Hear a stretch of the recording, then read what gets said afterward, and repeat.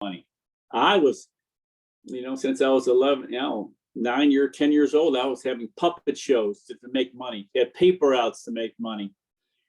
I don't know how you get somebody who's 40 years old who's never sprouted any wings and you recruit them, but they tend not to live here very well.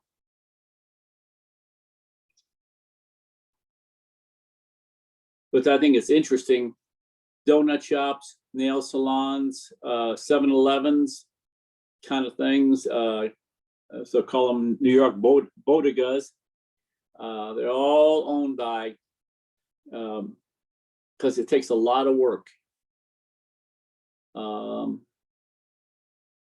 A lot of Iranians owning these small, and they make money. They're 7 days a week.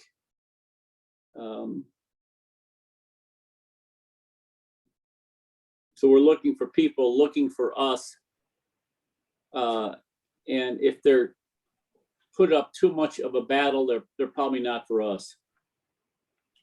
And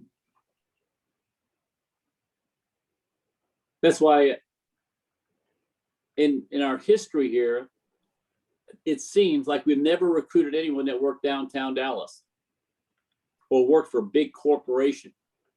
Ian's on. Hi, Ian. Hello, Ian. Hey, Bill, how are you? Good. Thanks for being on. Yeah, you're welcome. Thanks for having me. You can finish up on what you're doing. It's okay.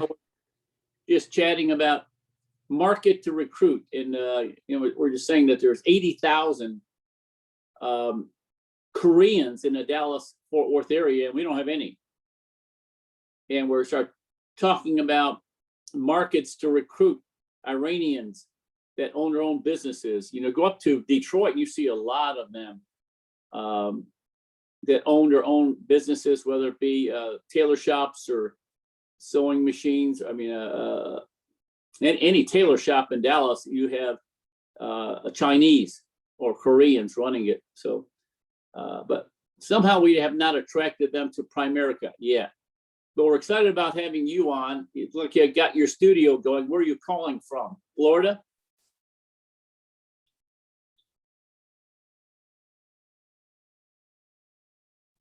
I am calling in from Florida. That's correct. When do you go back up north? When is the? I will be back north at the end of this month, actually. Yep, heading back north. And how long do you stay up there till? Till end of October, and then back south again. Isn't that the dream come true for everyone before? And you did it at what age did you start doing that? 35? Gosh, I've been wintering in Florida for 9 years now. So 28 years old, started going down to Florida for the wintertime. Isn't that something? And most people don't do that till they're 65 and too old. You go down to Florida, and a lot of old people down there, and they wish they had done this when they were 28. Yeah, I always tell people, I don't know why everybody doesn't do it. It's just gorgeous. It's gorgeous every day. There's no state income taxes like Texas. There's a lot of freedom. And I don't know why you would live somewhere else. You'd be told what to do, pay a bunch of taxes to do it, and endure terrible weather all year. My father-in-law always said, go find where you want to live, and then go find what you want to do. And that's what you are. You're living that life now. You're going where you want to live, and you're doing what you want to do.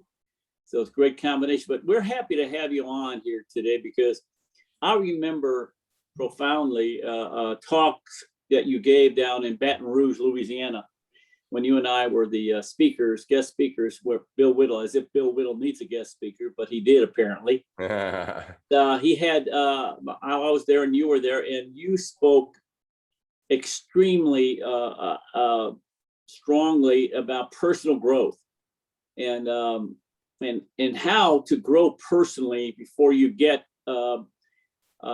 become what you want to become, to make what you want to make.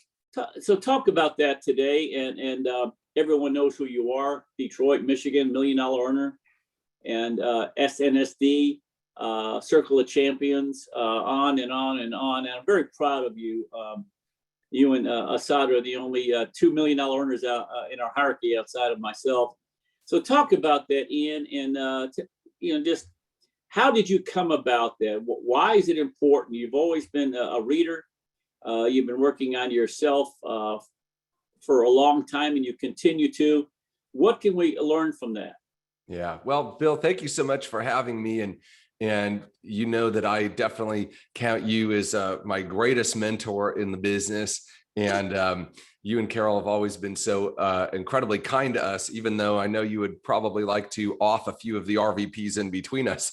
So we get a little closer to you, you know. Oh, only about five of them. Yeah. At seventh generation, you're not being well compensated for the difference you've made in my life, but it hasn't stopped you from making a difference in my life. So thank you for that. And yeah, you know, here's something that I always love to tell people. Internal victories will always precede external ones. Let me say it again. Internal victories will always precede external ones. And we want to win on the scoreboard. We want the ring. We want to become an RVP. We want these external victories, but are we working on internal victories first? Are we learning us? That's step one. Are we learning us? See, most people that I meet, Bill, they don't even understand themselves. They don't know how they're motivated. They don't know what they want. They don't know where they're going. And when you don't know where you're going, any path will get you there. And so they come into a business like Primerica that could change their life, except they don't know that they need to change their life because they don't even know really where their life is, what they want, why they're so unhappy all the time. They feel like there's more, but they don't know what to do. And it's because they don't know themselves. And, you know, he who has not led a state is probably not fit to lead a country. He who's not led a town is probably not fit to lead a state. He who hasn't led a village is probably not fit to lead a town. And he who hasn't led his family is not fit to lead a village. But he who has not led himself is probably not fit to lead anybody. And most people are not leading themselves. They're being led by circumstances, by others, by the government, by their job says you're moving and they say, yes, sir. Yes, ma'am. They pull their kids out of school. They uproot. They're being led by others, by circumstances, by habits, and not by their own choice. And so I think the first thing that we need to understand is us, who we are, what we want, how we work. Okay. And when we can lead ourselves effectively, then we earn the right to begin to have the opportunity to lead others effectively. But it's not until we can lead us do we qualify to lead others. See, God won't give you something that's going to destroy you. He's so good to us, right? He knows what we can handle and what we can't handle. And some of the blessing that we're asking for, we're unequipped for. We haven't prepared for that prosperity that we've asked for. But even more than that is God will not give us people and trust them to our care if he doesn't trust us to lead ourselves first, right? He's not going to give you some people to ruin their lives if you won't get your life under control. And so I'm a work in progress, as we all are. And I can attest to you that I did not come into the business as a Mr. Everybody. You see, some people come in here, they're so sharp looking, they're so pretty, they have a lot of experience. Maybe they've owned a business before, they've been an entrepreneur, and they come in here and in a year or 2 years, they're just straight to the top. That wasn't really me. Okay. I didn't know what I was doing in the business. I had a lot of rough edges I had to work out. You know, when I joined Bill, I was Assad's best recruit. I got off to such a fast start. It was mind blowing. I recruited 0 people, made 0 sales, and came to 0 meetings. Okay. Because I just didn't know any better. I didn't know. And in fact, Assad didn't even invite me to a meeting. And what I came to find out later, Bill, is he thought that I was going to be the guy that would scare all the guys he really wanted at the meeting because of my spiky mohawk and all that. So he didn't even invite me. So I didn't know any of this stuff, but I'm a work in progress and I'm a turtle on a fence post. I didn't get where I am by myself. I learned a lot of great things. I studied a lot of great leaders like Bill and Carol Orender and some of the other great leaders in our hierarchy and outside. And over time, what happened is I'm a firm believer in this, Bill. When we get better, things get better. When we get better, things get better. When we show up with better skill sets, we get better results. When we show up with more mental tenacity, we get better results. When we show up with better emotional intelligence, we get better results. When we show up as better leaders, right, as more relationally aware, as more focused and driven, we get better results, right? And many people don't seem to believe that in Primerica. And it's evidenced by them quitting. And nobody really quits Primerica, right? I can count on my hands the number of people who said, I quit. That's very, very rare. They just disappear. They just fade away. And what happens is they don't get the results they want as fast as they want because they're not the person they need to be. And instead of saying, well, maybe I'll change and grow, they think maybe this doesn't work. And that doesn't make any sense because there's evidence everywhere of it working.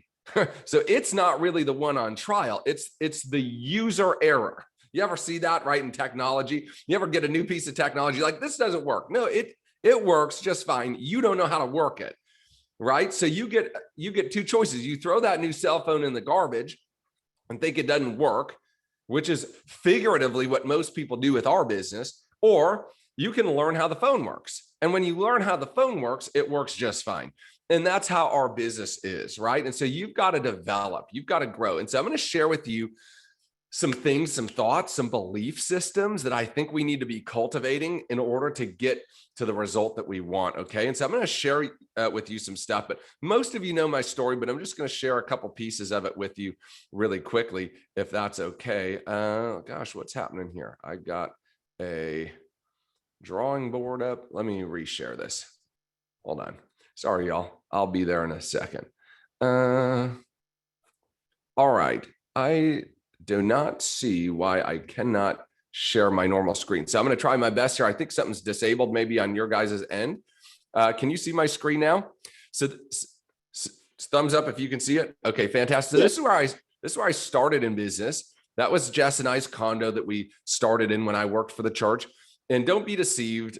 Somebody lived upstairs. That was somebody else's condo. So it's not the whole thing. It's just the bottom part. And so that's where we lived. And Bill, I remember I did a video of church cribs where they did, you remember like MTV Cribs where they went to all the famous people's houses? Well, they did a series called Church Cribs at our church. And they would go to all the church people's houses. And I was so enamored by the fact, Bill, that I could open my arms, spread my arms out, and I could touch both sides of my kitchen. That's how small it was, right? I could touch the far side and the close side by opening my arms. It was very, very small, right? And so that's how I started. And what I had to understand is I was making $27,000 a year at that time because I was a $27,000 a year person. My skill sets, my belief systems, my habits garnered in the marketplace a $27,000 a year value. And today, everybody says, I'm here, you owe me. I'm here, pay me more. I'm here, give me what I need. Well, in life, we don't get what we need, we get what we're worth. And that's a tough truth to swallow, okay? But until we're ready to accept that reality as truth, we will be in chains to our own self-deception. And the self-deception is that somebody owes you more than you're getting right now. That's not true. You're only owed what you're worth, and what you're worth is dictating what you have. And so that's tough because it's tough to say, hey, I need to grow and get better. We want to think that the world is unfair, that we have a sleight of hand, that nobody's treating us right. Okay. But the truth is this, okay. Money is a byproduct of service. Unless you're stealing money in our country, you earned it. Somebody said to you, I would rather have your knowledge, your time, your skills, your labor, or your product more than this money. Would you consider making the trade? Would you trade me what you have for this money? And so when we solve people's problems, or when we create solutions for people or bring value to their lives, we can exchange that for money. And so when we don't have very much money, we're not creating very much value in the lives of others. As you see people say, just do what you're passionate about. You might be passionate about finger painting, okay? But if your finger painting is not bringing a lot of value to other people's lives, it won't work well for you as an economic vehicle, right? Does that make sense? Okay, and so you got to do what works, not what you love to do. You don't have to love the work, you just have to love the result, right? And the truth is there's a lot of things about our business I didn't love. I didn't love being told no. I didn't love being stood up. I didn't love talking to strangers. I didn't love any of those things. I didn't love chargebacks. I didn't love quitters. I didn't love most of that stuff, but I did love the potential results. It's just like going to the gym. How many people do you know when they start a workout regimen are in love with getting up at 5 a.m, eating, chia seeds and buckwheat, okay, and working their muscles to failure? Nobody looks forward to that in their right mind. Nobody would say, yeah, I love that if I'm just starting. But what they do love is they love the result that they're working towards, how they feel, how they look, that they're proud of themselves, that they're healthy and strong. Is you don't have to love the work, you just have to love the result, right? And so this was some of the thinking that I developed that allowed me to go through, and I'm going to teach you a concept here. I'm going to pull this together. It's going to make a lot of sense to you. Okay. But I created and developed a belief system that allowed me to do what most other people wouldn't do for a longer time than most other people would do it. And that got me some incredible results. So that's where I started, right? So you've seen the meme on Facebook, right? How it started. And then the next picture, how it's going. You've seen those things, right? So this is how it started.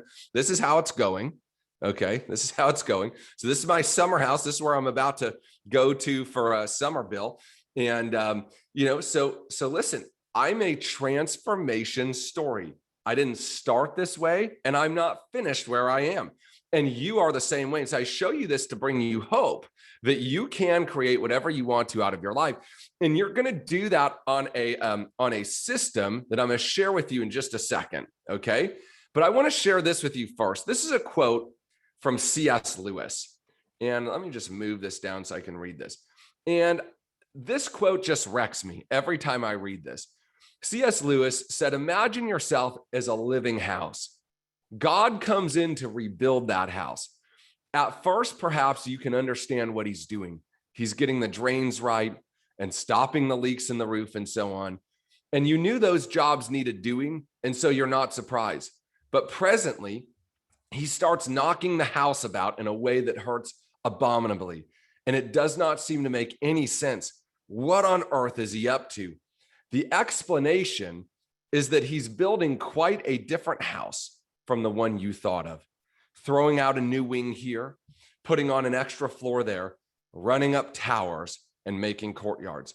You thought you were being made into a decent little cottage, but he is building a palace. He intends to come and live in it himself. How powerful is that? Self-development is our responsibility. It's God's calling on our life to take the gift of life, to take the gift of our minds, our energy, our talent, and to steward them, to grow them, to become the person he always imagined we'd be. And what I can say unequivocally about our business is Primerica has created in me more of the image of the person God created me to be than anything else I can imagine, because it forced me to look at all the things I wasn't, but one day would need to be. And it forced me to walk across that bridge of uncertainty and doubt and fear with courage and boldness and hope for a future that one day I might be able to become the person that God designed me to be. And that's one of the things I love about our business. And we do this through a system, a process called T-Bar. Many of you have read my book called The Byproduct. If you haven't, you should get it. It's on Amazon. But T-Bar is an acronym, and T-Bar is a process that all of us use. We've been using our whole life and we'll continue to use it. The problem is most of us are unaware that we're using this. Because we're unaware, we can do nothing to affect it. It's working at a subconscious level. And T-Bar stands for a process that says thoughts become beliefs, beliefs become actions, and actions become results. Ultimately, the Bible says, as a man thinketh, T, so is he, result. As a man thinketh, so is he. The mechanism by which that happens is in front of you now. Thoughts become beliefs. What we think about long enough and consistently enough or emotionally enough eventually move from thinking at the conscious level to belief system at the subconscious level. Understand this. Our thoughts are at a conscious level, okay? Our beliefs are operating at a subconscious level. What we believe, we eventually act upon or do not act upon. And ultimately, our actions dictate our results. And so here's what happens, Bill, to most people. Most people who are unaware of this process in their life, when they want to change their result, they go to the action and try to change what they're doing. And that makes sense because our action is most directly causing our result. So again, if you wanted to lose weight, you might say, well, I'm unhappy with the way I look. I don't feel great. I don't have energy. I want to drop 20 pounds in the next 6 months. And so what most people would begin to do is they'd begin to start an exercise regimen. They'd begin to eat some better food, and they would begin to see a change in results for a while. But how many of you, by a show of hands, have ever started a diet and then stopped? How many of you have ever started a 90-day run in our business and then stopped? How many of you have ever gotten some momentum and then lost it? What's happening is we're changing our action, which changes our result temporarily. The problem is the action is not an island unto itself. Our current actions are being caused by something happening before them, which is our belief system and our thinking. And so if we don't go and change the root, we will never permanently change the fruit. And this is the conundrum of human existence. I want my life to be better. I know what to do. I know the action to take. I just don't do it. Paul said it in the Bible. The things I want to do, I don't do. And the things I don't want to do, I do. Right? He describes this human condition. Bill, how many people on here want to be RVPs? How many people want to be able to fire their boss? How many people want to be financially independent, leave their kids a residual income machine? How many of them also know how to recruit somebody, know how to prospect somebody, could make a life sale? They know what to do. They know how to do it, and yet they don't do it. How could this be? Guys, the biggest gap in the world is the gap between knowing what to do, which is a thought, and doing what to do, which is an action. That is the biggest gap in the world, okay?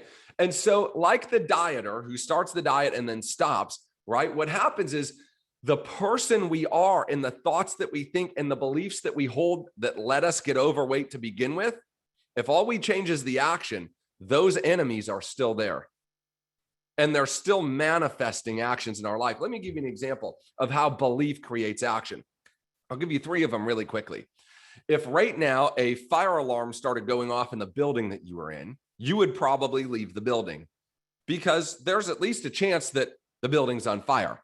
Now, when you get outside and you realize it was a false alarm, you took action, right? You left the building based on a belief, but that belief wasn't actually true. You weren't on fire. Nobody was on fire. You didn't actually have to leave, but you did leave because you had the belief that it would be good to do so. You follow that? Okay.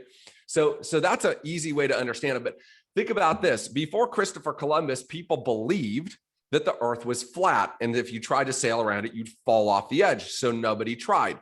Why would you take the action of trying to sail off the edge of the earth if you believed that there was an edge of the earth and you would fall down to your doom?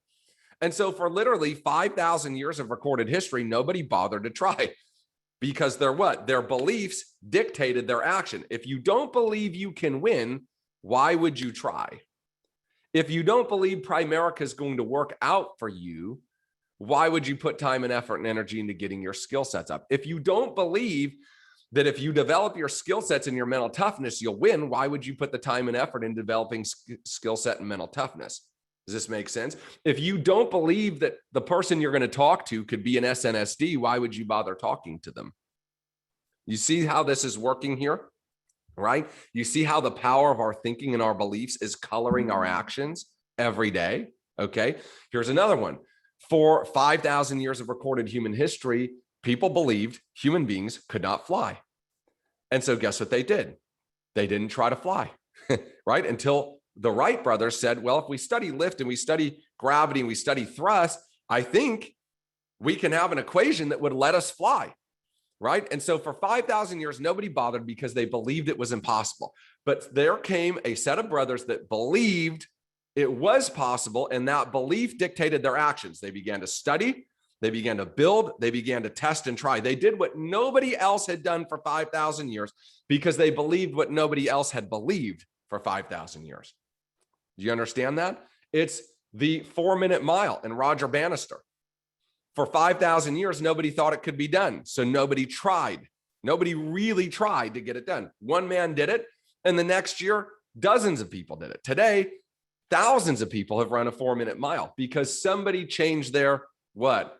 Their belief. The truth is, most of us are held hostage by our belief systems,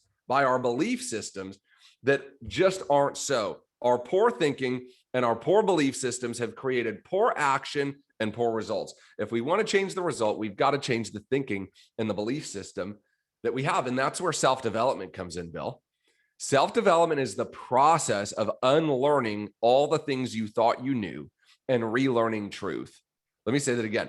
Self-development is the process of unlearning all the things you think you know and relearning the truth. Okay? Because when you know the truth will set you what? Free. The truth. Bill, how many times have you seen a motivational speaker motivating an oak tree to produce acorns? Have you ever seen that before? You look at him and he's talking to the oak tree, saying, oak tree, you're the best oak tree that's ever been. You can do it. You were born to be great, oak tree. Just a little longer, just a little harder. You just need to get in the sun a little bit more. Have you ever seen that happen? I've never seen it happening. The oak tree does not need to be motivated to tower. It does not need to be motivated to produce a 1,000-fold return. From one oak tree, 1,000 oak trees can come. And that's the natural way of things. Folks, listen, if you're not growing, you're dying. God's natural order. Look at a baby. How many of you have ever given a motivational talk to a baby in order to induce it to grow and get bigger? Any of you do that? You motivate your baby to grow. It just does it on its own because that's what God's system is, multiplication and growth. And so if you're thinking right and you're believing right, the byproduct of right thinking and right believing is right results, because that's how it's structured. And so when we don't have the right results, we need to ask ourselves why. And so I want to give you a couple thoughts here. Okay. Ultimately, we need to change the way we think if we're going to change the results we get. Yes or yes? Thoughts come from three things. They are made up of building blocks of three things. Okay. New thinking. Ready? Number one, new information. When we know better, we can do better. When we understood the world was not flat, we had a lot more control over our environment, right? New information can create new thoughts and ultimately new beliefs and new actions and results, which is why you need to read and listen to audios and podcasts and go to seminars and take courses. Why? What are you getting? You're getting new information on which you can create new thinking and new results. Without new thinking, we're doomed to the same results. Does everybody understand that? Without new thinking, we're doomed to the same results. Okay. So new information, number one. Number two are new experiences. Okay. New experiences allow us the foundation for new thought. Most people live 30 years of their life, right? But really they've lived 1 year 30 times. They go the same route to work. They work with the same people. They do the same things. They drive the same car and they live in the same house. They go to the same restaurants all the time and nothing new happens. And so if they're not getting new experiences, they really don't have the fuel for new thinking and new results. We need new experiences and we need new environments. And Primerica was that new environment for me. It put me in an environment where people thought bigger and pushed me to be more and to develop habits that I didn't have. And so many people shy away from new environments because it challenges their status quo and their comfort zone, right? And what they don't understand is by shunning the new environment, like this meeting right here, right? You're learning some things that are going to give you the capacity to think differently and ultimately get different over time. Right? We've got to understand that we've got to put ourselves in new environments. I love what Craig Groeschel says, a change of place plus a change of pace equals a change in perspective. And so when we can get on a meeting like this and we get around some like-minded people, we slow down for a second, we can work on us and we change our pace, we change our place. We're not, doing what we're always doing. We have the opportunity to have a change in perspective. And so understand, okay, don't let what you aren't right now stop you from becoming what you might be. And don't let what you don't have stop you from using what you do have. Okay. And so we've got to have some new thinking and we've got to have some new beliefs. And so I want to take you guys really quickly through a little bit of material that I'm working on right now that I think will really help you in our business, because ultimately our business is a wealth generating machine. Yes or yes. And so if you are in the wealth generating machine, but you are not generating wealth, something is wrong in the process. And it's probably our belief system. It's probably our belief system. So I want to share with you guys 5 beliefs that keep people poor. Okay. 5 beliefs that keep people poor. Okay. And one belief is that it takes money to make money. How many of you have ever heard that? Well, it takes money to make money. If I just had more money, I'd be good. Okay. Listen, money can make you more money. That's true. But where does money come from? Money is the byproduct of service and value. It does not take any money to serve people. It does not take any money to become valuable to others. It takes a desire to serve people and a desire to become valuable. Does that make sense to you? And in our business, the more families you help, the more wealth you generate. The more recruits you bring in and give them an opportunity to free their life, the more money you make. Do you understand? It does not take time or take money to make money. It doesn't even take time to make money. It takes results to make money. Results, namely in the area of serving other people and bringing value to their life. Did Bill Orender bring value to my life? He taught me how to think differently, right? Because of Bill Orender, I stopped mowing my lawn. I stopped cleaning my house. And no, my grass is not 4 feet tall and my house is not dirty. I have other people doing it. He taught me to see my time as valuable and to become valuable to other people. Okay. Number one belief that keeps people poor: it takes money to make money. Number 2, and we see this all the time here, Bill, don't you? How many times have you heard, yeah, but Bill, money won't make you happy? Has anybody ever told you that, Bill? Many of you have heard this, right? Well, money won't make me happy, as if that's a reason we can shun the accumulation of money, the desire to attain money. Okay, let me help you with something here. Money won't make you happy. You're absolutely right. Money was never meant to make you happy. That was not money's intention. Money is not designed to create happiness. Money is designed to create commerce, right? And to store value. It's not designed to make you happy. And so many people have looked to money to do something it was never intended to do. And when it doesn't do that, they get upset and say, aha, I knew it. And so that's the reason I don't need any. That's the reason it's not important in my life. It doesn't make any sense. That's sort of like being mad at your hairdryer because it didn't drive you to work today. So, well, hair dryers don't drive you to work. That's true.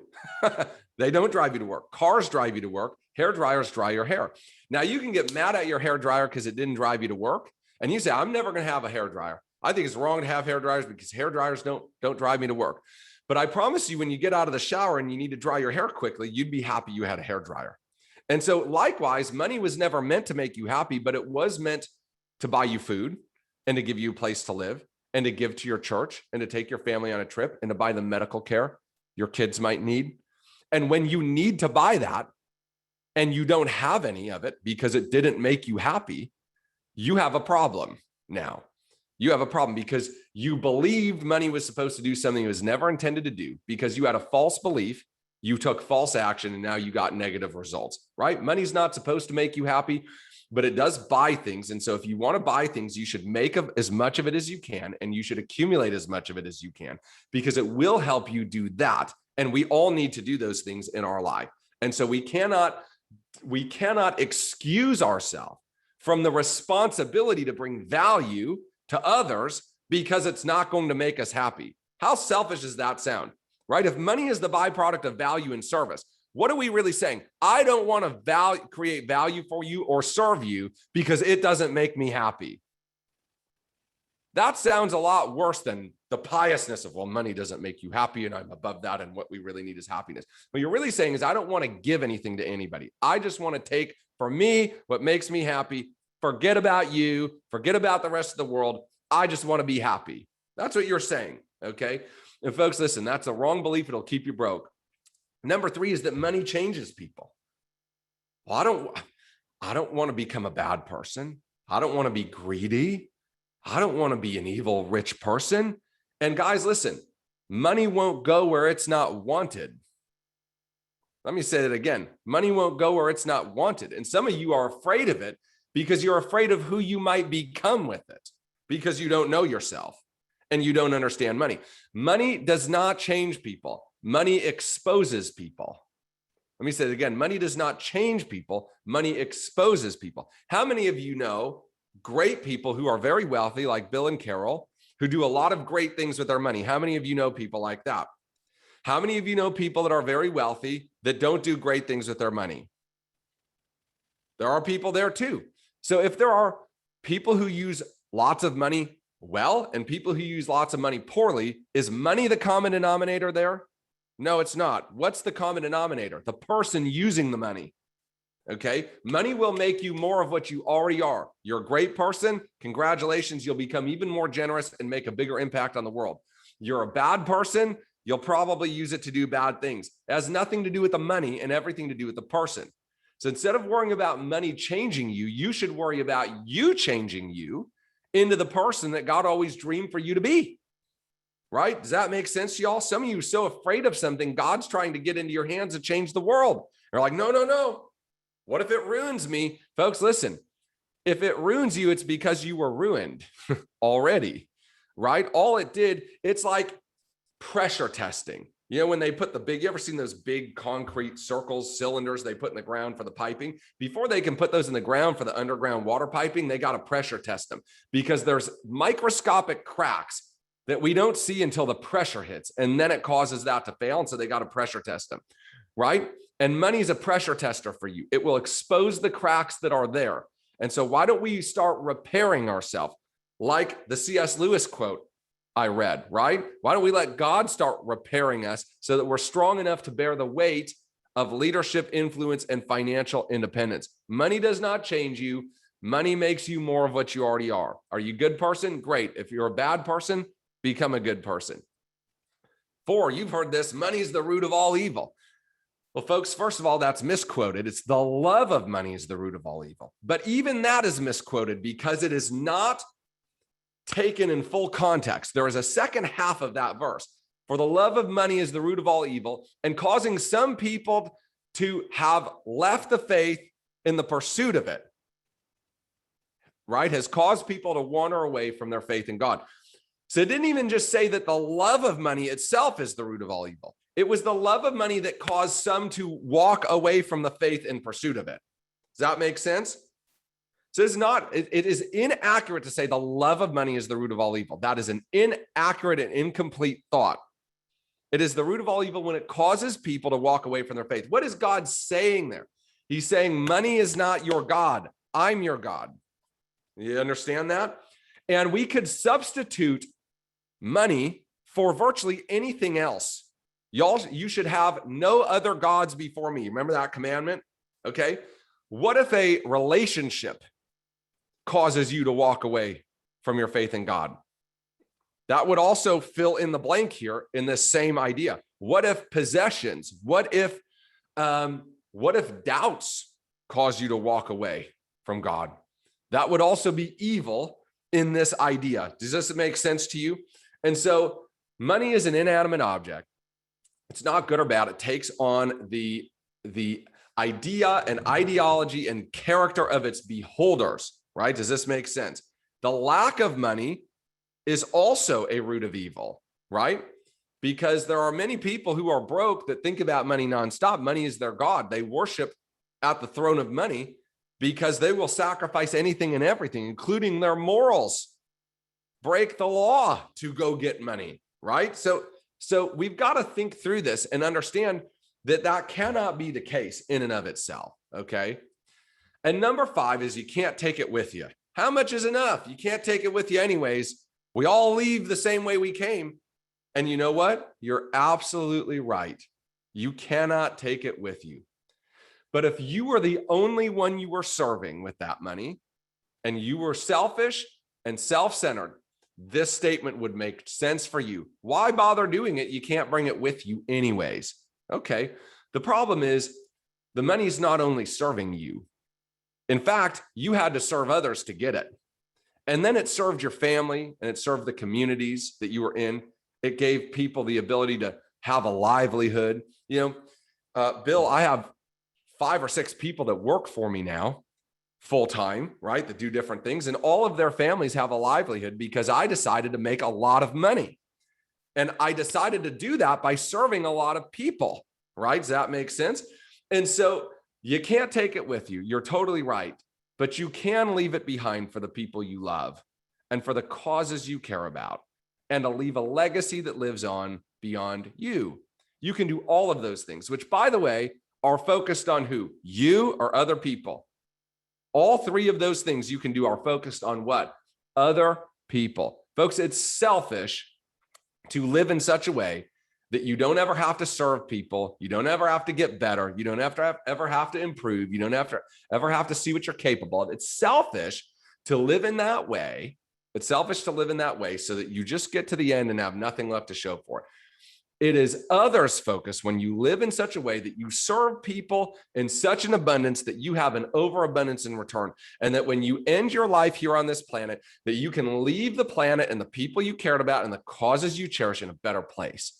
Those are all good things, right? Yes or yes. But see, when we believe, well, you can't take it with you anyways, why would you work to get better, to accumulate wealth that you don't even want? Why would you do that? Does that make sense to y'all? Is this helping some of you today? Do you see how some of you could have some of these subconscious layer beliefs, and it makes total sense why you won't go and double-digit recruit?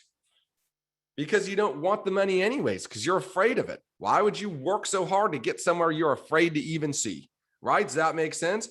And so many of our problems in Primerica can be solved by upgrading our thinking and our belief system. And so, Bill, I actually created a masterclass on this, I call it the money mindset makeover, right? And I detailed out the thinking that the changes in thinking that I had to undergo from being broke and struggling to being, making $1 million plus a year, right? And so, if any of you are interested, I'm going to give you, I'll give you 5 little mini lessons if you want, totally free. I'll tell you what you need to do to grab them in a second, but I think they'll help you. They'll challenge you to think different, because if we'll think different, we can get different. If we only think the same, we'll only get the same, right? So guys, let me really quickly tell you how we can connect. So if you're interested in getting like 5 little, I call them like mini mindset checkups on this, you can follow me on Instagram if you're not following me. So open up your phone real quick. Everybody grab that. Open up your phone really quickly to Instagram. I know you got the Instagram. Even Bill has Instagram. Okay, open it up, hit the little search bar, and then type in @Ian Prukner. Now be careful, because there's 2 or 3 people who pretend to be me all the time on Instagram. So you'll probably see 2 or 3 profiles that look like me. Mine is just @Ian Prukner. No extra letters, no underscores. Okay. If you're concerned, open up the profiles and look. It's the one that has the most followers and the most posts. And go follow me on Instagram really quickly. Okay. Go follow me on Instagram really quickly. And then I want you to send me a DM. Send me a DM that says mindset. Just send me a DM that says the word mindset. And later today, I'll have one of my admins send over to you a little thing that you can register and get these 5 free lessons on upgrading your money thinking and belief system, so you can upgrade your results and your thinking, right? And so you can send me the word mindset there, and that'll help you a ton. So Bill, thank you so much for your time today. It's always an honor to speak to you guys. I hope that I've encouraged you all and provided you some information and some challenges of the way that you think and your belief systems that will allow you to become a better version of you. Here's what I love about Primerica. Okay. You don't have to be somebody you're not here. You don't need to be Bill Orender, and you don't need to be Ian Prukner, and you don't need to be Mario Arizon, and you don't need to be Carlos Leon. Joel, do you know who you need to be? You need to be Joel. Cindy, do you know who you need to be? You need to be Cindy. Horace, do you know who you need to be? You need to be Horace. Okay. With one caveat. You don't need to be somebody you're not, but you do need to be the best version of you that you can be. And some of you need an upgrade to the software. Your operating system is obsolete. It is programmed for a life of mediocrity, and you've been given a vehicle of significance. Right, Daryl? Does that make sense? And so we don't need to change the vehicle. We just need to upgrade the operating system. And that's what I've spent 15 years of my life doing, is upgrading the operating system, reading, studying, listening, sitting under people like Bill and Carol Orender. Is Bill's operating system different than yours? Is it a little bit different than yours? You got to study that, and you got to go for that upgrade, right? And so what I just gave you the ability to grab from me, if you want, will help you upgrade that operating system. So you just DM me the word mindset on Instagram. I will send that. Oh, shoot, there's a whole lot of you that sent that over. Okay, give me a couple hours and I'll get it out to you. It's totally free. I just ask guys, listen, hey, I asked for one thing in return. Can you all help me with this? When you go through those little videos, I'm going to send you one video a day for the next 5 days. Okay. So every day in your email, I'll shoot you a little video that you can watch. I just asked this. If you feel like you got value out of it, would you mind maybe tagging me in a post on your Instagram about it? That would be awesome. And it would really mean a lot to me. And that way more people can learn about it. But I appreciate you guys. Bill, anything else I can cover for you? Well, this has been marvelous and needed. I love it when you first started out with internal victories will always precede external ones. And everyone knows what to do. Everybody on here, we've been doing this for years. What are the biggest and most dangerous source of beliefs that we should avoid? Our current source of beliefs. I don't read the newspaper. I'll be something like that, what are things that people continue to listen to, read, that affects their total mindsets? Yeah, that's a great question. And I would answer it in a couple of ways. The most dangerous belief that you need to avoid is misinformation. That would be people who tell you things that are not correct for the purpose of misleading you. So that would be like basically all media. All media sources I consider disinformation, right? And it's disinformation is destructive. That's the first belief that you need to steer clear from, is people who want to feed you misinformation. The second belief system creators that you need to steer away from are people who share with you limited information. And those are like our friends, our family members when we first start, right? Like my family thought I was in a pyramid scheme and they thought I would never last. It was just a phase of my life because they just had limited understanding. And so the information and the beliefs that they created were based on limited perspective and limited understanding. Okay. So I would avoid those as well. People who are operating from limited perspectives and limited results. Okay. Understand this, when you buy other people's opinions and belief systems, you also buy their lifestyle. So buyer beware. Okay. So buyer beware. So misinformation is the first source that you need to stay away from. Limited information and limited results is the second source of information that you need to stay away from, right? Those I think encompass most of the things, and they can take on various forms. Yes or yes, right? Various forms. They can take on organized religion. They can take on your teacher. They can take on a family member. It can take on a friend. Anybody operating from those two things, I think we need to steer clear from. What is the biggest positive habit you created that's made a difference? Learning something every day. So many, and I'm going to give a caveat. Many of you are lifelong learners and don't take any application, right? Okay. So manifestation without implementation, okay, is deception. A lot of you are trying to learn instead of learn and do, right? But for me, the number one habit is like, I cannot go a day without listening to something, reading something, or both to fill myself, because I'm giving out to people all day. Right now, I'm giving out to you. If I didn't have this inside, I couldn't give it to you. Does that make sense? And so to me, that's probably the number one thing that caused me to grow. The second thing is the habit of acting.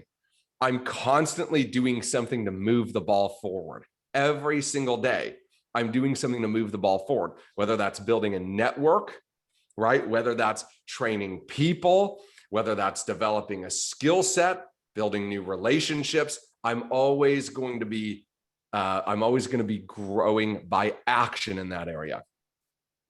One of the things that I see with our folks, they say, well, I just had a bad month.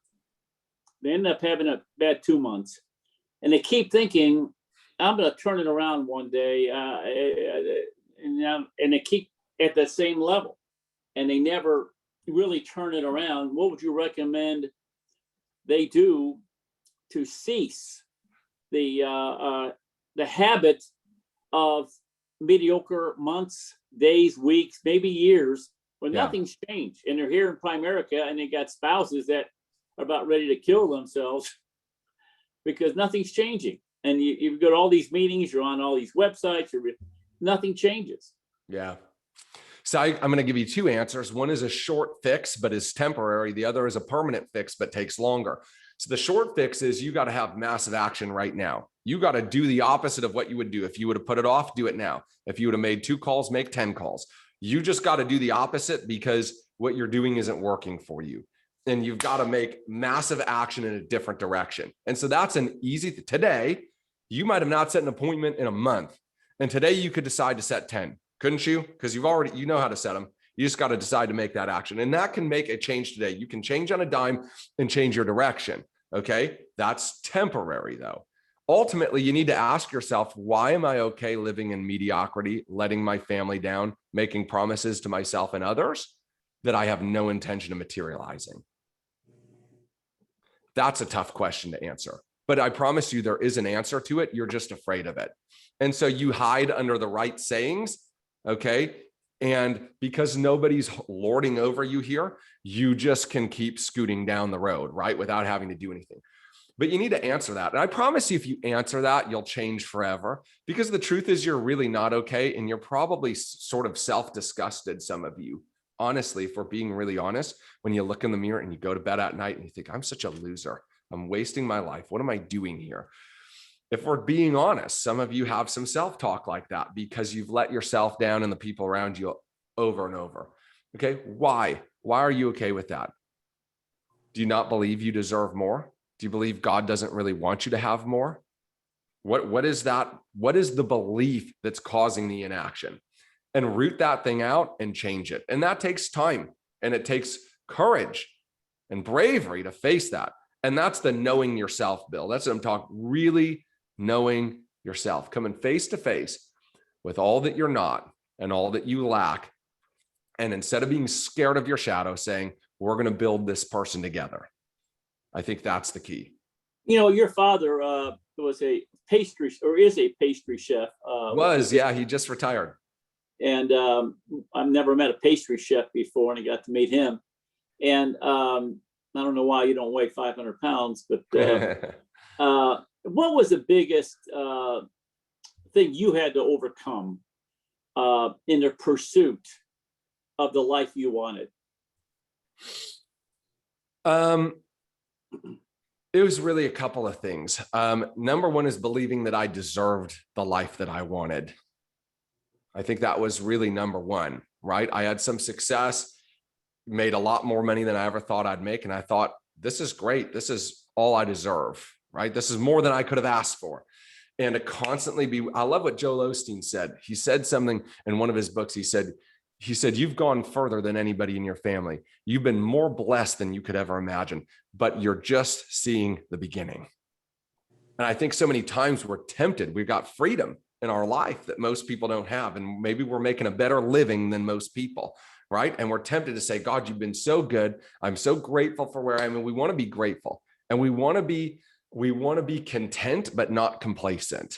There's a difference between contented, but not complacent. I'm okay with little and I'm okay with a lot, but my contentment is not creating complacency where I could do more with my time and gifts, but I'm choosing not to out of self-interest, right? So that was number one for me was the belief that I deserved to be successful. Okay. Number two for me was just bad habits. I was lazy and I was a procrastinator and I put things off until the last minute. Like that was just my MO. And I had to change that. I had to learn that life was not college. I couldn't cram for it 2 hours before the final exam, cheat off a kid next to me and make it through. Okay. That's not, there's no cheat code in life, right? Okay. You actually have to bring the goods. And I had to learn that. And that was a tough lesson to learn. I can envy you all day because you're extremely wise beyond your years. And I heard this one time and said, that guy's a he's a self-made person. So are broke people. And people are probably saying, yeah, but he probably came from a success background. He probably had successful parents. He probably came from money. But if you know where I came from, we have all these built-in excuses already. And the reality is that you got none of this before coming here, did you? Yeah, no, I mean, I was broke. I didn't know any of this, and everybody I knew was broke. I mean, nobody had been successful in our family. And it literally, I said, I'm the poster child of self-development. I came from an environment of A, and I had to unlearn the things that people who live in environment A taught me about money, wealth, and success, which is exactly what you said, right? It's inherited. You got to be greedy to get it. You're going to get it off the backs of other people. It's going to make you a bad person. All these things, right? Because listen, people who lack money have got to find a moral justification for their lack of resources. Okay. And so that's what they look for. So if you're bad for wanting money, then it's okay to not want money and to not have any, because I'm not bad. I don't want to be bad. Right. So they create justifications and fairy tales around the creation of wealth to excuse themselves from having to take on the responsibility of serving people. That's ultimately what it is, Bill. I don't want to serve anybody but me. And so because I only serve me, I don't get anything in return for that. And so I've got to create this sort of moral justification in my life to continue living that life that only serves me. And I know you showed us a lot of the material things you've gotten in your life, which are beautiful, by the way. I'm not sure why you picked that color car, but it's perfect.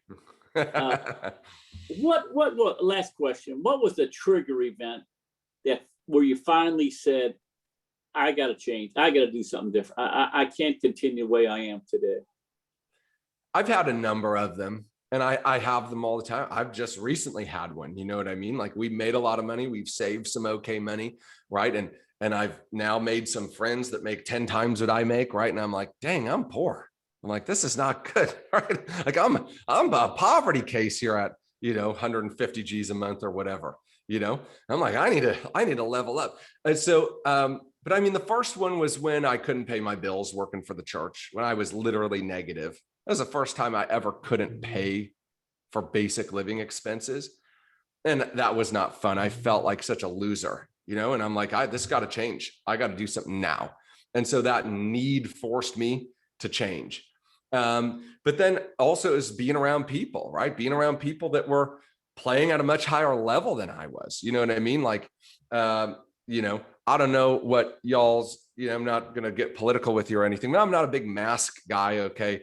And, and I was on the airplane, being told what to do is good. The good followers do.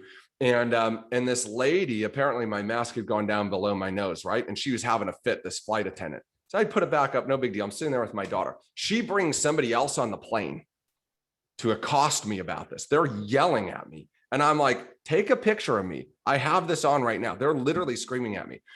And you know what I did, Bill? As soon as they left, they threatened to kick me off the plane, all this sort of stuff, right? And I'm like, look, I'm never going to do that again. So you know what I did, Bill? I started Googling airplanes. And so I'm going to buy my own airplane. That's my goal. I'm going to have my own airplane at the end of the year.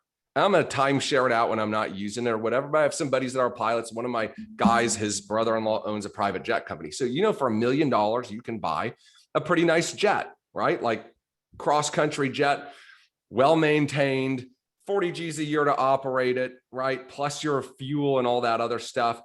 And I'm like, dude, like, I'm just going to buy my own jet and I'll rent it out to cover the cost on it. And it's 5 G's a month.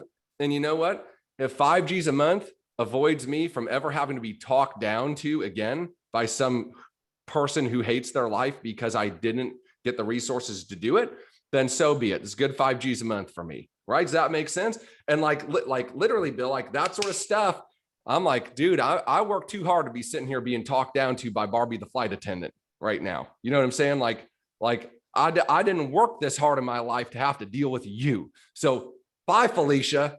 Right? I'm done. You just, right? I'm going to take a picture.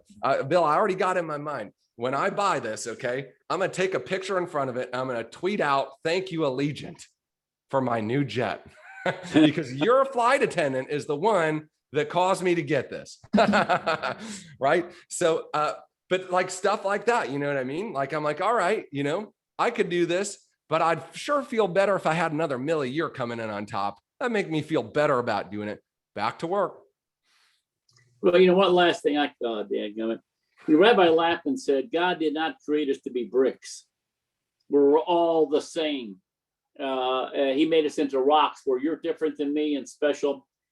And talk about how our kind of people hate to be put in that we're just like everybody else, and we just fight that. We don't want to be like everybody else, and the world try to make us into somebody else. You know, don't color outside the lines.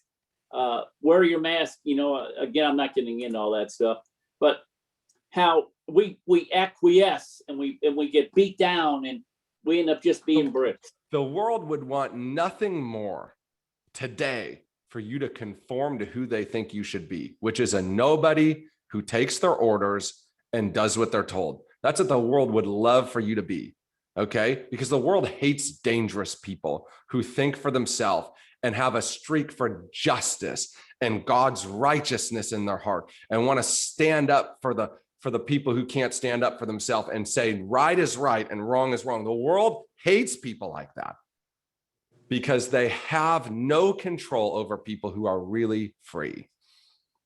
They have no control over, and we were born to be free, weren't we? That's what we were designed to do. And Primerica was the vehicle that took us from oppression to freedom. Well, Jessica obviously has been in this journey with you. What part did she play in it? Oh my goodness. So she's, for those of you who know Jess, she grounds me. She keeps me on the ground, right? She's my voice of reason. She is also my rock, you know, that I remember early on thinking, I don't know where I'm going to get one more client. I don't know how I'm going to find one more sale. And I just can't sleep at night. And she's like, what else are you going to do? What else are you going to do? You going to go back to a job and struggle? Figure it out. And she would give me that swift kick in the you know what when I needed it. You know what I mean? And we've been partners together for 15 years. She does all the things I'm not great at. I do a few things she's not great at, but she's better at most things than me. And it's been a great partnership. You're giving them a great life. And I know your dad is proud. Talk about how proud your dad must be of you and the life that you're living in and the life that you've given him and your mom, because you were a bright star for them. Yeah, you know, I guess he'd probably have to tell you that, but you know, I know that he's very, very proud of us, and you know, he comes over and takes pictures at the property, and he has a boat at our house that he comes on and fishes on, and you know, it's awesome to watch. He works so hard. You know, he worked the night shift as a pastry chef. He came here from the Czech Republic at 17 when the Russians invaded his town. So when Russian tanks came in, he got up and left. And they became political refugees. He came to a country where he knew nobody, couldn't speak the language, and worked, 2 a.m. to 10 a.m. for 40 years. You know, learned a skill to just get by. You know, like that was his American dream, where he could at least be free. It wasn't a dream most people in America would like, but for him, it was freedom, right? And to know that his sacrifice paid off, that he came here and took a risk to give his family a better life, and they took that chance and created a better life. And so I know he's really, really proud of us, and my sister as well. And I think it's really cool to watch him be able to, you know, do some pretty cool stuff as he ages that he wouldn't have been able to do otherwise. You know, your success is blessing others. One last thing. What is the name of the book that you have, and where can they get it? The name of the book is called Byproduct, BYPRODUCT, Byproduct. And if you can get it on Amazon or Walmart or Target or wherever you get books online, but it's called Byproduct. If you just Google me, Ian Prukner, Byproduct book, you'll be able to find it. And guys, listen, it's what I learned in 15 years about how to change myself and how to help others change themselves. And that's ultimately the hardest thing in life. We see who we could be, we see where we are. How do we traverse that chasm? And that's what the book's about. Well, thank you very much, Ian, and so proud of you, and so proud of what you're becoming, because you're better than you were 2 years ago, 3 years ago, and now you're becoming formative and influential, and that's what we need more of. And one day, hopefully, we'll say Ian for president. I don't know about that. I don't know. My life's pretty good right now. I don't know that I'd want that a full scale assault all the time. No, we wouldn't do that either. All right, everybody. See you next week. Ian, thank you very much. Thanks, Bill. Bye, everybody. God bless you all.